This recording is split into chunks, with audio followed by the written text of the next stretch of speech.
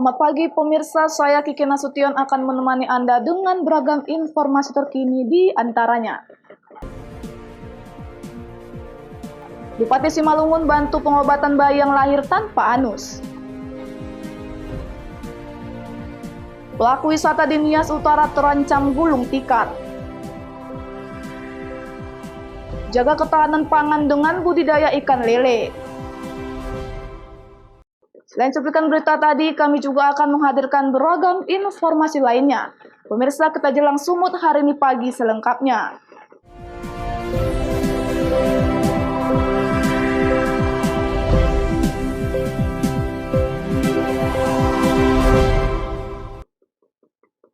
Kita ke informasi pertama. Pemirsa, Bupati Simalungun JR Saragih membantu biaya pengobatan seorang bayi yang lahir tanpa saluran anus. Kini bayi dirujuk ke Rumah Sakit Adam Malik Medan untuk dilakukan operasi.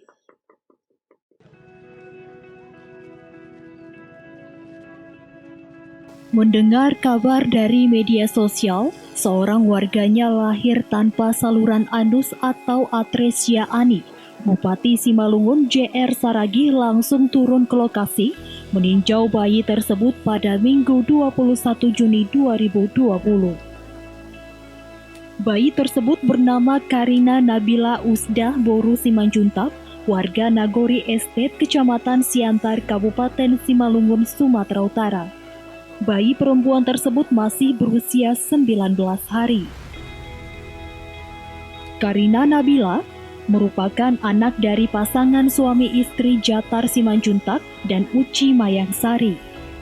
Sebelumnya pengakuan dari pasangan suami istri ini, pada saat melakukan pemeriksaan USG di praktek dokter, bayi di dalam kandungan dalam keadaan sehat dan sempurna. Namun pada saat lahir di praktek bidan, bayi tersebut mengalami atresia ani. JR Saragih yang datang ke kediaman pasangan suami istri ini langsung merujuk bayi tersebut ke Rumah Sakit Adam Malik Medan.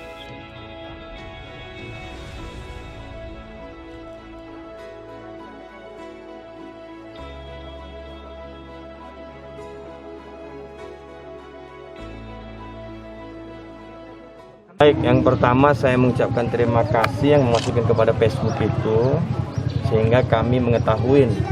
Dan saya hari ini langsung datang ke tempat ini bersama Kadis Kesehatan, ada Pak Seda dan dokter-dokter spesialis. Tadi sebelum saya ke sini kami sudah rapat tadi apa-apa yang bisa dilakukan. Ternyata di Kabupaten Simalungun belum bisa melakukan operasi ini karena kita tidak punya bedah anak, yang ada bedah umum. Kalau dokter anestesi sudah siap. Nah, untuk itu kami hadir ke tempat ini. Tadi yang pertama saya mengecek langsung dan sudah menghubungi Rumah Sakit Haji Adam Malik. Tadi saya langsung telepon direkturnya, saya berbicara, mereka siap untuk melakukan tindakan. Tadi udah sama-sama kita melihat, kita antar, didampingin kepala puskesmas, ada bidan desa yang kebetulan melahirkan bayi itu ikut ke sana. Dan saya udah minta dipantau, harapan kita kalau bayinya cukup baik kondisinya, besok sudah bisa dilakukan operasi. Tentu itulah yang kita lihat dan seluruh biaya tidak ada yang ditanggung oleh keluarga.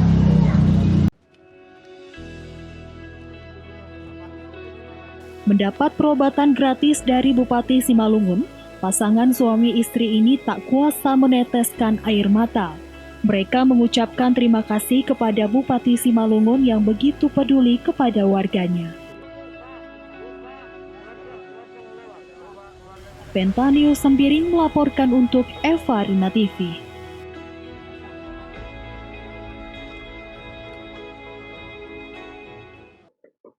Satu unit Vespa dan sepeda motor Honda ludes terbakar setelah terlibat tabrakan di jalan lintas Sumatera Asahan, Sumatera Utara.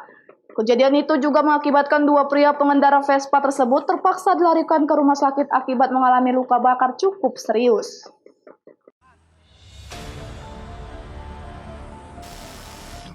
Kecelakaan lalu lintas antara Vespa dengan sepeda motor Honda ini terjadi di Jalan Lintas Sumatera, tepatnya di Desa Sipako Area, Kecamatan Simpang 4 Asahan, Sumatera Utara.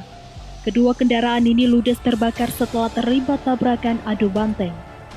Kejadian ini juga mengakibatkan dua pria pengendara Vespa tersebut mengalami luka bakar cukup serius. Petugas yang turun ke lokasi kejadian langsung melarikan kedua korban ke rumah sakit terdekat dan melakukan olah TKP. Sedangkan pengendara sepeda motor langsung kabur pasca kejadian. Kecelakaan lalu lintas itu bermula saat sepeda motor yang mengangkut bahan bakar minyak melaju dengan kecepatan tinggi dari kisaran menuju Rantau Parapat. Sepeda motor tersebut berusaha mendahului sebuah kendaraan di depannya. Saat bersamaan dari arah berlawanan mendadak muncul dua pria mengendarai Vespa dengan kecepatan tinggi. Akibatnya tabrakan pun tak dapat terhindarkan. Diduga kuatnya benturan mengakibatkan kedua kendaraan tersebut mengeluarkan percikan api hingga menyambar bahan bakar minyak yang dibawa pengendara sepeda motor yang tumpah di badan jalan. Api yang seketika muncul dan membesar tak hanya membakar kedua kendaraan roda 2 tersebut, namun juga menyambar kedua pengendara Vespa. Baru saja kami menangani kecelakaan lalu lintas antara sepeda motor Honda Revo yang datang dari arah Medan menuju Rantau Parapat kontra sepeda motor Vespa yang datang dari arah Rantau Parapat menuju arah Medan.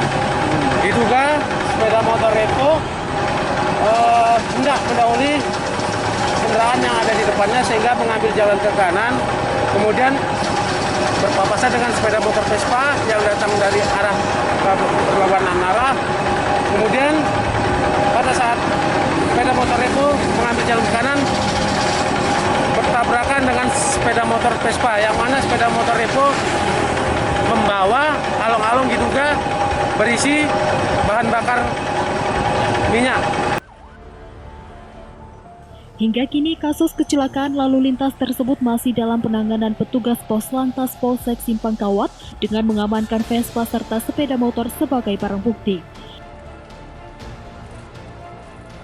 Taufik melaporkan untuk Evarina TV. Seorang ibu dan anak di Kabupaten Batubara terkonfirmasi positif COVID-19 berdasarkan tes swab. Penemuan 2 kasus baru ini menjadikan Kabupaten Batubara masuk dalam zona kuning dengan total 3 kasus terkonfirmasi positif COVID-19.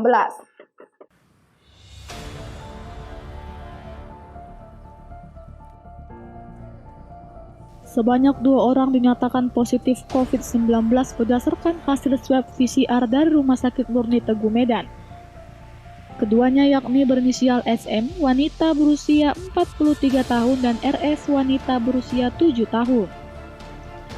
Keduanya warga Desa Pematang Kuing, Kecamatan Sesuka, Kabupaten Batubara ini merupakan ibu dan anak kandung yang sebelumnya berdomisili di negeri Malaysia dan kembali ke Indonesia. Setelah kurang lebih 1 bulan di kampung halaman, kedua ibu dan anak tersebut hendak kembali ke Malaysia dengan mengurus surat keterangan yang dilengkapi uji swab PCR. Namun berdasarkan hasil swab PCR, keduanya dinyatakan positif COVID-19 sehingga harus menjalani isolasi dan batal berangkat ke Malaysia. Dengan ditemukannya 2 warga Batubara positif COVID-19 ini, gugus tugas percepatan penanganan COVID-19 melakukan rapid test terhadap 10 orang terdekat dan hasilnya non-reaktif. Yang pertama adalah bernama Rindu Sekumar, umur 7 tahun, alamat Dusun 1, Desa Pematang Kuing, Kecamatan Sesuka, Kabupaten Batubara.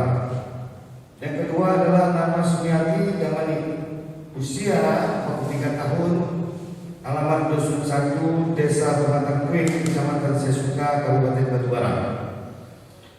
Rindu Sekumar adalah merupakan anak daripada Sumiati Damani yang pada hari yang lalu tanggal 19 berdasarkan surat dari Kepala Dinas Kesehatan Provinsi Sumatera Utara tentang hasil pemeriksaan sampel COVID-19 yang diperiksa pada tanggal 18 Juni 2020 dengan hasil positif COVID-19. Penemuan 2 kasus baru ini menjadikan Kabupaten Batubara masuk dalam zona kuning dengan total 3 kasus terkonfirmasi positif COVID-19. Taufik melaporkan untuk Evarina TV.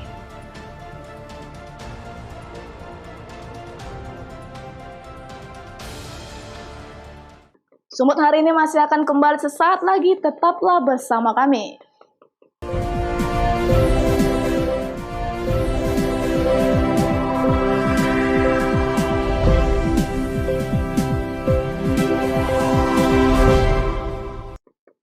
Terima kasih masih bersama kami. Pemirsa, akibat pandemi COVID-19, sejumlah objek wisata terlihat sepi tak dikunjungi oleh wisatawan. Sehingga pelaku wisata di Kabupaten Nias Utara terancam gulung tikar karena kebutuhan sehari-hari tidak tercukupi.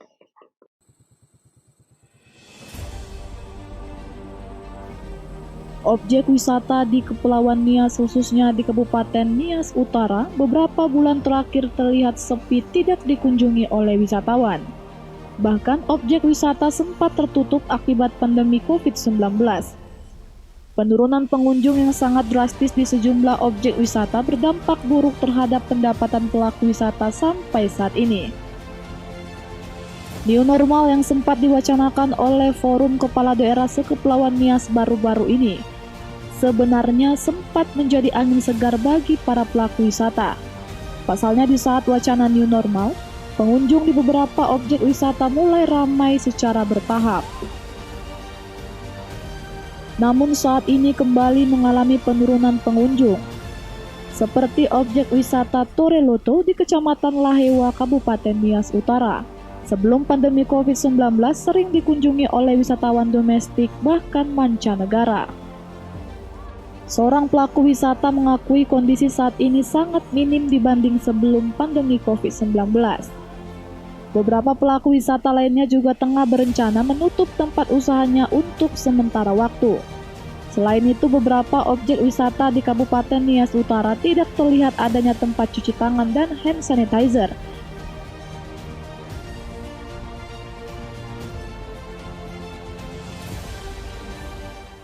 Sejak pandemi COVID-19 ini penurunan pengunjung itu drastis ya, kemudian itu pariwisata sempat tutup. Namun kemudian dengan sendirinya sejak new normal itu mulai membludak, tetapi tetap juga itu hanya pada hari Minggu. Namun mulai lagi mengalami penurunan lagi, ya secara pelan-pelan. Begitu. Pendapatan sehari-hari tidak seperti yang sebelumnya. Itu menurun drastis ya, ini kita terancam gulung tikar karena biaya operasional lebih tinggi dibandingkan pendapatan yang masuk. Augomano Zega melaporkan untuk Evarina TV.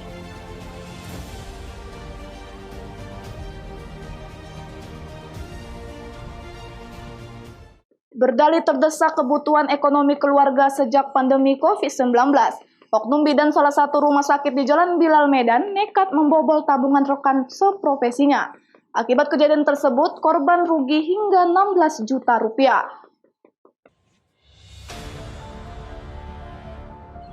Oknum bidan inisial TND ini hanya bisa tertunduk malu saat diboyong petugas ke Polsek Medan Timur. Terungkap kasus pencurian uang ini setelah korban berinisial RC yang tak lain rekan tersangka melapor kehilangan kartu ATM dan uang dalam tabungan bank ke polisi. Dari hasil penyelidikan polisi, diketahui pelaku pencurian uang milik korban adalah tersangka TND. Hal ini dikuatkan dengan bukti rekaman CCTV saat tersangka mengambil uang di mesin ATM di Jalan Bilal Medan.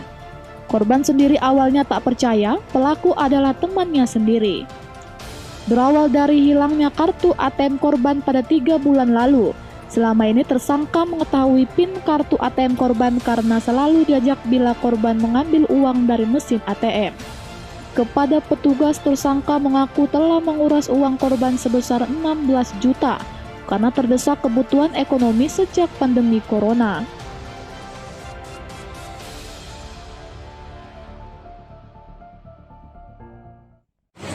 Yang dilakukan oleh tersangka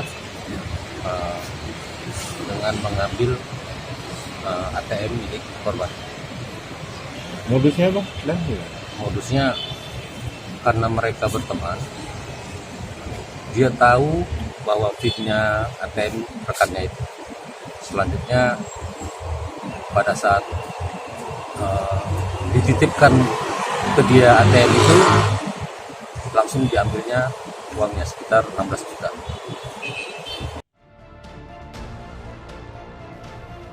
Dari penangkapan tersangka, petugas berhasil menyita barang bukti kartu ATM dan rekening penarikan uang tabungan milik korban. Wahyu Pratama melaporkan untuk Evarina TV. Seorang anggota Brimob Polda Sumatera Utara menjadi korban pembegalan oleh 2 pelaku begal. Selain merampas sepeda motor, pelaku juga menikam dada korban hingga kritis. Kedua pelaku berinisial AG dan PAS kini sudah berhasil ditangkap tim gabungan Brimob Polda Sumut dan Polsek Deli Tua. AG yang diduga sebagai pelaku penusukan korban inisial BH terpaksa ditembak petugas di bagian kaki kanannya karena berusaha melukai petugas yang ingin melakukan penangkapan dengan senjata tajam.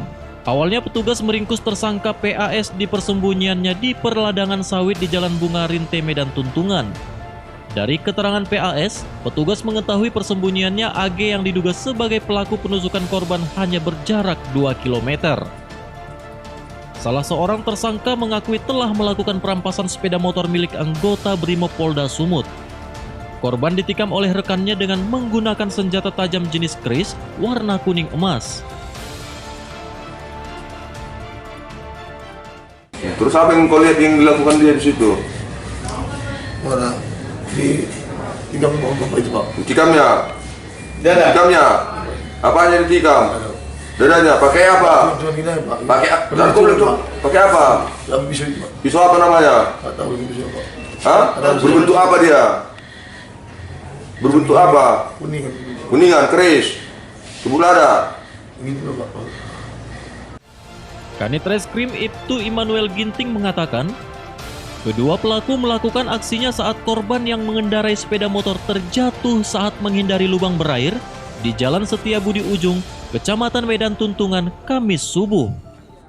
Anggota Brimob tersebut melintas di jalan raya, tiba-tiba terjatuh karena menabrak atau melewati lubang yang tergenang air. Bersamaan dengan itu, korban terjatuh, pelaku langsung mengambil sepeda motor milik korban. Korban berkata itu sepeda motor saya dan saya anggota Brimob. Namun pelaku tidak mengindahkan dan langsung menusukkan satu bilah pisau ke dada korban. Selain menyita sepeda motor hasil rampasan, dari kedua tersangka petugas juga menyita senjata tajam yang diduga digunakan pelaku melukai korban. Daniel Pekuali melaporkan untuk Evarina TV. Sumut hari ini masih akan kembali sesaat lagi, tetaplah bersama kami.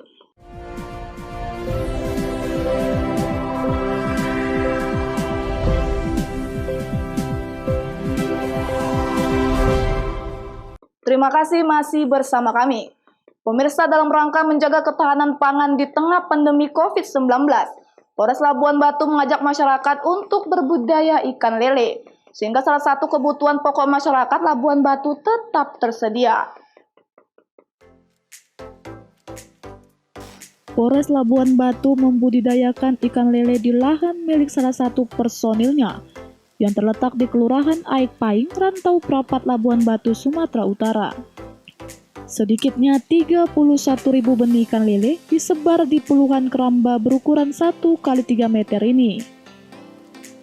Kapolres Labuan Batu AKBP Agus Darojat menyebutkan, kegiatan tabur benih ikan lele ini bertujuan untuk mengedukasi masyarakat berinovasi dengan cara berbudidaya ikan lele, sehingga masyarakat dapat mandiri dan mampu meningkatkan perekonomiannya di tengah pandemi COVID-19. Bagi masyarakat yang ingin belajar dan berbudidaya ikan lele, diajak untuk langsung datang ke lokasi.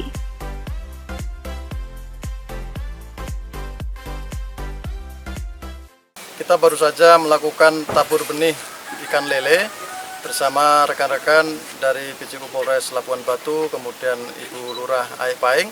Ini kita tujukan adalah untuk memberikan edukasi dan inovasi tentang ketahanan pangan masyarakat, khususnya Kelurahan Aik Paing. Dengan melakukan budidaya ikan lele seperti ini, masyarakat bisa mandiri dan bisa menambah ekonomi masyarakat.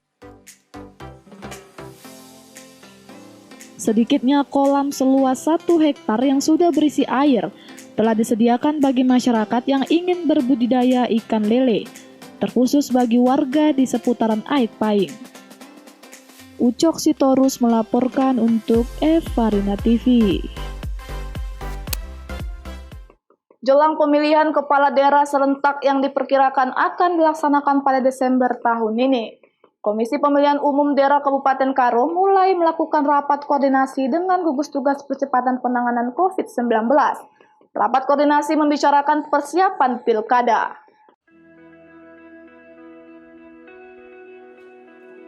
Inilah suasana rapat terbuka yang dilakukan oleh Komisi Pemilihan Umum Daerah Kabupaten Karo bersama pemerintah Kabupaten Karo serta gugus tugas percepatan penanganan COVID-19.